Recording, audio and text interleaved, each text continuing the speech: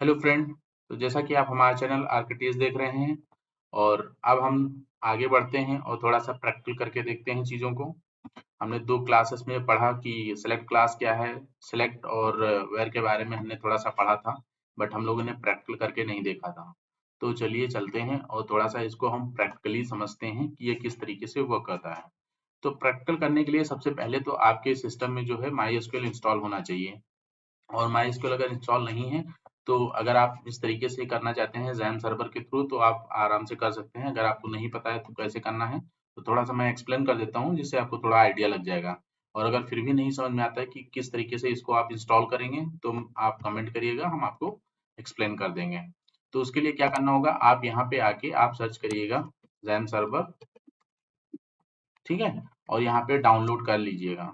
तो अगर आपका विंडो है तो आप यहाँ पे क्लिक करके और यहाँ पे चले आइएगा। यहाँ पे आपको विंडो का मिल जाएगा सेटअप, ठीक है। तो आपको इस तरीके से यहाँ से डाउनलोड कर लेना है और डाउनलोड करते ही आपके पास अगर लाइनक्स है तो यहाँ से डाउनलोड करते ही क्या होगा कि आपको एक exe फाइल मिल जाएगी और उसको फिर आपको इंस्टॉल कर लेना है, ठीक है। और इंस्टॉल करके जब आप अपना इंस्टॉल कर लेंगे उसके बाद क्या करना होता है, आपको यहाँ पे आके इस तरीके से अपना सर्वर जो है ओपन करके और वहां से स्टार्ट पे क्लिक कर देना होता है। तो जब स्टार्ट पे क्लिक कर देंगे तो आपका जो पैनल है वो कुछ इस तरीके से ओपन होगा। जब आप ब्राउजर में जाएंगे और राइट करेंगे लोकल होस्ट, ठीक है। तो लोकल होस्ट जैसे ही लिखेंगे तो आपका पेज जो है इस तरीके से ओपन हो जाएगा और फिर आप php में एडमिन पे क्लिक करके आप यहाँ पे आ सकते हैं। और यहाँ पे आने के बाद अब आप यहाँ पे प्रैक्टिकल अपना कर सकते हैं। तो प्रैक्टिकल करने के लिए सबसे पहले क्या है, हमें एक डेटाबेस की जरूरत है। तो मान लीजिए हमारे पास एक डेटाबेस है। आई थिंक कॉइन में मैं देख लेता हूँ। यहाँ पे मेरा डेटा नहीं है तो मैं आ जाता हूँ अपने, ओके, ठीक है। ये हमारा कॉइन क्रेड नाम की एक है। तो इसके अंदर हमारे डेटाबेस जो है ये इतने सारे डेटा टेबल्स बने हुए हैं, ठीक। ये मेरा डेटाबेस नेम है और ये हमारी सारी टेबल्स हैं।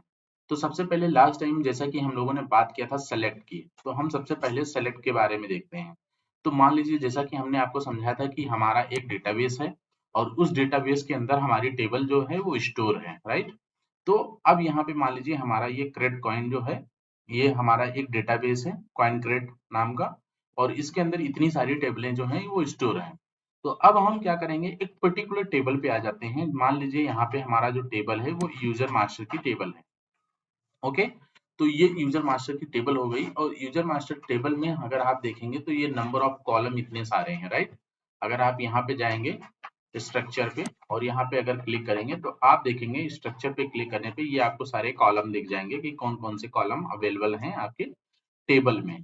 तो लास्ट टाइम हमने आपको समझाया भी था कि किस तरीके से टेबल जो है हमारी वो क्रिएट होती है और टेबल का स्ट्रक्चर क्या होता है। तो थोड़ा सा यहाँ पे इसलिए हम आपको प्रैक्टिकली दिखा रहे हैं। अब मान लीजिए ये हमारी टेबल हो गई, राइट। ये हमारी टेबल हो गई और ये टेबल कहाँ स्टोर है, ये टेबल हमारे इस डेटाबेस में स्टोर है और ये उस टेबल के ये सारे कॉलम है।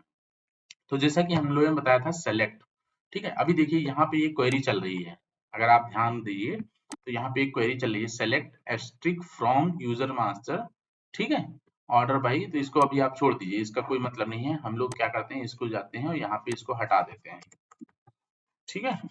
इसको हटा देते हैं और यहाँ पे हम इसको सेल गो कर देते हैं।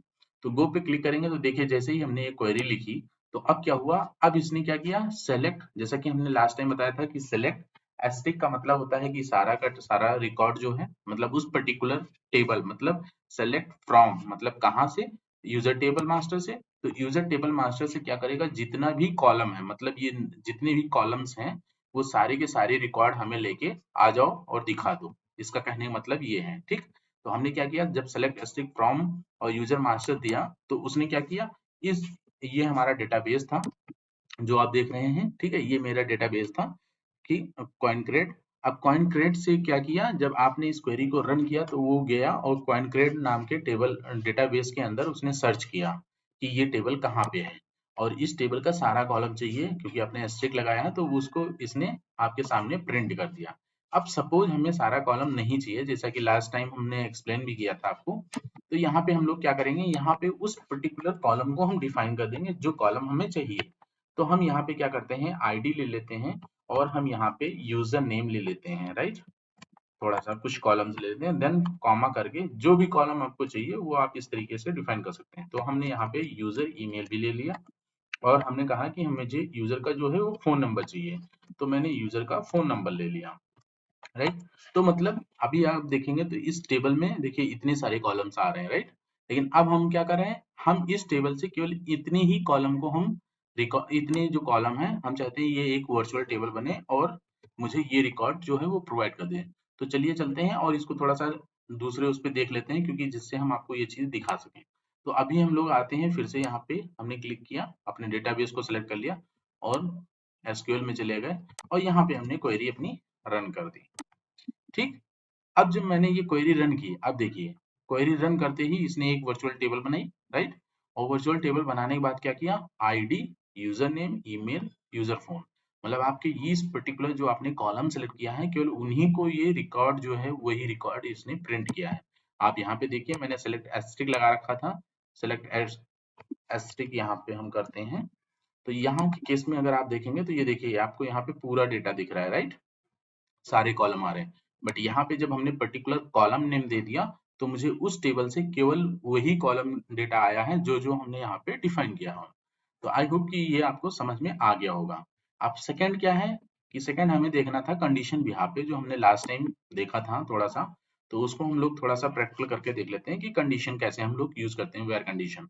अच्छा, वेयर कंडीशन का मतलब ये होता है कि आप किसी कॉलम पे कोई कंडीशन डाल रहे हैं कि भाई मुझे ये जो डेटा चाहिए वो इस टाइप का ही डेटा चाहिए।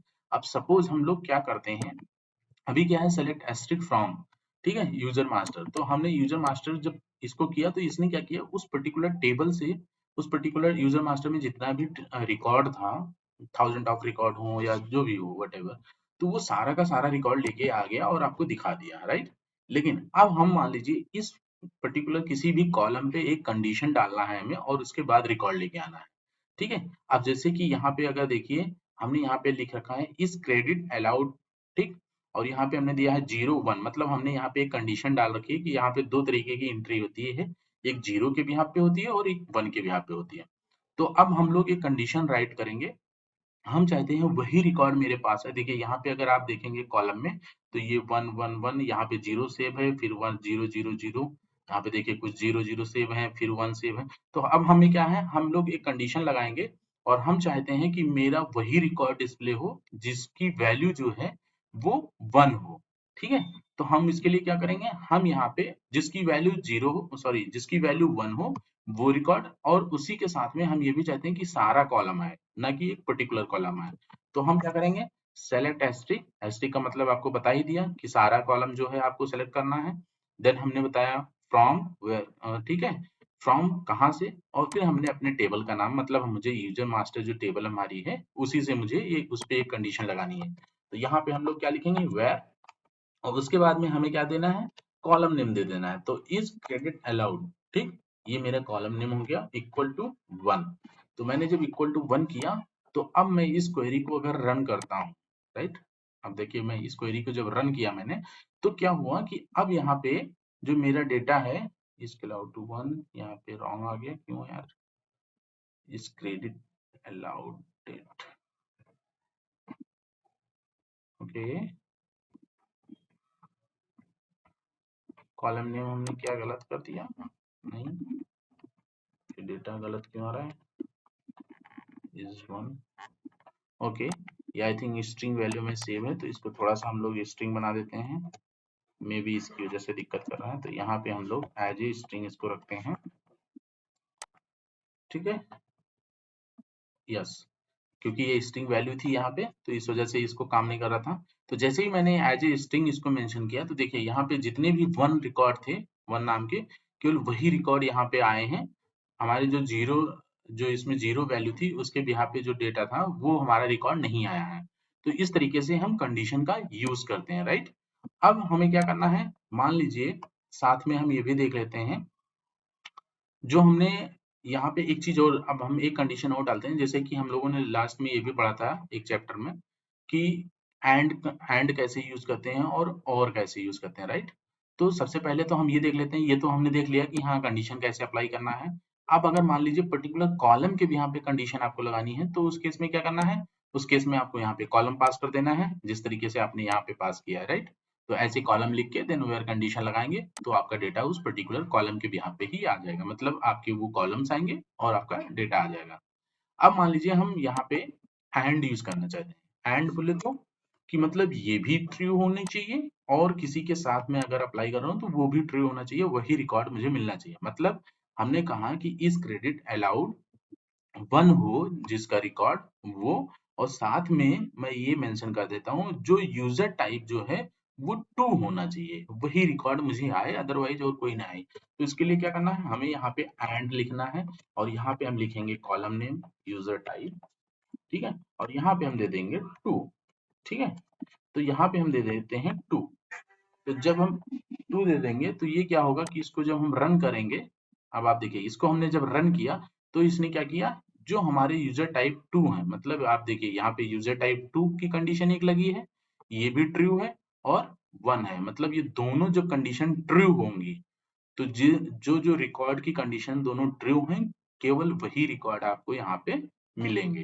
तो ये होता है एंड का काम। इस पे आप चाहें तो और भी कंडीशन लगा सकते हैं, जैसे कि एक और मैं दिखा देता हूँ। अब मान लीजिए मैं एक कंडीशन और डालता हूँ कि जिसका अमाउंट जो है वो ग्रेटर देन 20 हो या 50 हो, क्योंकि यहाँ पे एक ही रिकॉर्ड 50 पड़ा है तो हम लोग 20 करते हैं, जिससे क्या होगा क्योंकि देखिए बाकी में जीरो अमाउंट है तो हमारा ये सिंगल रिकॉर्ड आ जाना चाहिए, ठीक। तो हम यहाँ पे क्या करेंगे, यहाँ पे हम लोग इस तरीके से पास कर सकते हैं एंड, ठीक है, वेयर सॉरी एंड, और यहाँ पे हम देंगे अपने कॉलम नेम, तो हमने कहा वॉलेट बैलेंस, ठीक। हमने कहा वॉलेट बैलेंस मेरा क्या है कि जो है 20 से ग्रेटर देन होना चाहिए, सॉरी वॉलेट बैलेंस जो है ग्रेटर देन 20 होना चाहिए, राइट। तो इससे क्या होगा कि अब जो भी, अब मान लीजिए अभी तो मान लीजिए आपका एक ही रिकॉर्ड है, हो सकता है कि आपका और भी रिकॉर्ड होता है, मतलब 30 होता या 25 होता, ऐसे करके होता, तो आपको वो भी डेटा आपको मिल जाता। अभी चलिए इसको पहले हम रन करते हैं। तो देखिए जैसे ही हमने रन किया तो ये 50 वाला रिकॉर्ड आ गया, क्योंकि 20 से अबव जो डेटा था वो केवल 50 था, एक ही रिकॉर्ड था, तो इसलिए इसमें एक ही रिकॉर्ड आए हैं, ठीक है। अब मान लीजिए सपोज हम यहाँ ऐसे भी चाहते तो कर देते, अगर हम इक्वल करके 50 कर देते तो भी हमारा रिकॉर्ड आ जाता, लेकिन इस केस में क्या होगा कि जितने भी डेटा केवल 50 नाम के होंगे केवल वही आएंगे। इन केस अगर आप चाहते हैं कि जो मान लीजिए 55 हो या 51 है तो उस केस में वो भी रिकॉर्ड आ जाए तो उस केस में फिर नहीं आएगा, क्योंकि इसका मतलब हो जाता है कि आप इक्वल ही होना चाहिए, और ग्रेटर देन का मतलब क्या हो जाता है कि 20 से बड़ा जितना भी है वो सारे रिकॉर्ड आ जाए। तो आपको ये चीज समझने की जरूरत है कि कंडीशन कैसे आपको अप्लाई करना है, ठीक है। तो ये तो हो गया हमारा इस तरीके से। अब हम क्या करते हैं, थोड़ा सा अब और के बारे में पढ़ लेते हैं, ठीक। और क्या है, अब और केस में क्या होता है भाई, या तो आपका ये वाली कंडीशन ट्रू हो जाए तब भी रिकॉर्ड आ जाए, और या आपकी ये वाली कंडीशन ट्रू हो जाए तो भी रिकॉर्ड आ जाए, मतलब अगर हम और लगाते हैं तो दोनों के केस में क्या होता है। अब यहाँ पे मान लीजिए आपने और दे दिया, ठीक है, और दे दिया, अब और देंगे तो रिकॉर्ड आपका आएगा, ठीक, रिकॉर्ड आ गया। अब देखिए रिकॉर्ड ज्यादा हो गया, क्यों, क्योंकि हम अब ये दोनों आपस में डिफरेंट डिफरेंट कंडीशन हो गई। पहला ये कह रहा है कि आपको वो रिकॉर्ड सारे लेके आने हैं जिनकी कंडीशन 1 है, और फिर आपने ये भी कहा कि इसी के साथ में आप यूजर टाइप 2 जो हैं उनको भी दे दीजिए। तो क्या हुआ कि आपने दो कंडीशन डाल दी कि भाई आप दोनों कंडीशन के बिहाफ पे जो भी रिकॉर्ड हो वो आ जाना चाहिए। तो पहली जो आपकी कंडीशन थी वो क्या थी कि 1 हो, तो देखिए ये जितने भी रिकॉर्ड आए हैं पहली कंडीशन लगी तो 1 के बिहाफ पे जितने भी रिकॉर्ड हैं वो आ गए, लेकिन आपने कहा यूजर टाइप 2 हो वो भी आ जाए, तो इसने क्या काम किया, यूजर टाइप 2 जो है, यूजर टाइप 2 जो है वो भी आ गए। क्यों ये 1 क्यों आ रहा है, 1 इसलिए आ रहा है क्योंकि आपने और कंडीशन लगा रखी है, आपने क्योंकि और कंडीशन लगाई है कि भाई जिसका जो 1 है वो भी आना चाहिए, तो भाई अब ये भी ट्रू है तो इसलिए आ रहा है, और दूसरा ट्रू है इसलिए दोनों डेटा आपको दे रहा है। तो इस तरीके से हमारा एंड और जो है वो वर्क करता है। तो आई होप कि इतना आपके समझ में आ गया होगा। तो नेक्स्ट वीडियो में हम लोग देखेंगे और भी कंडीशन जो इसमें हमने लास्ट में आपसे डिस्कस किया था इन और ये सारी चीजें। So thank you for watching my video and please subscribe my channel. Thank you.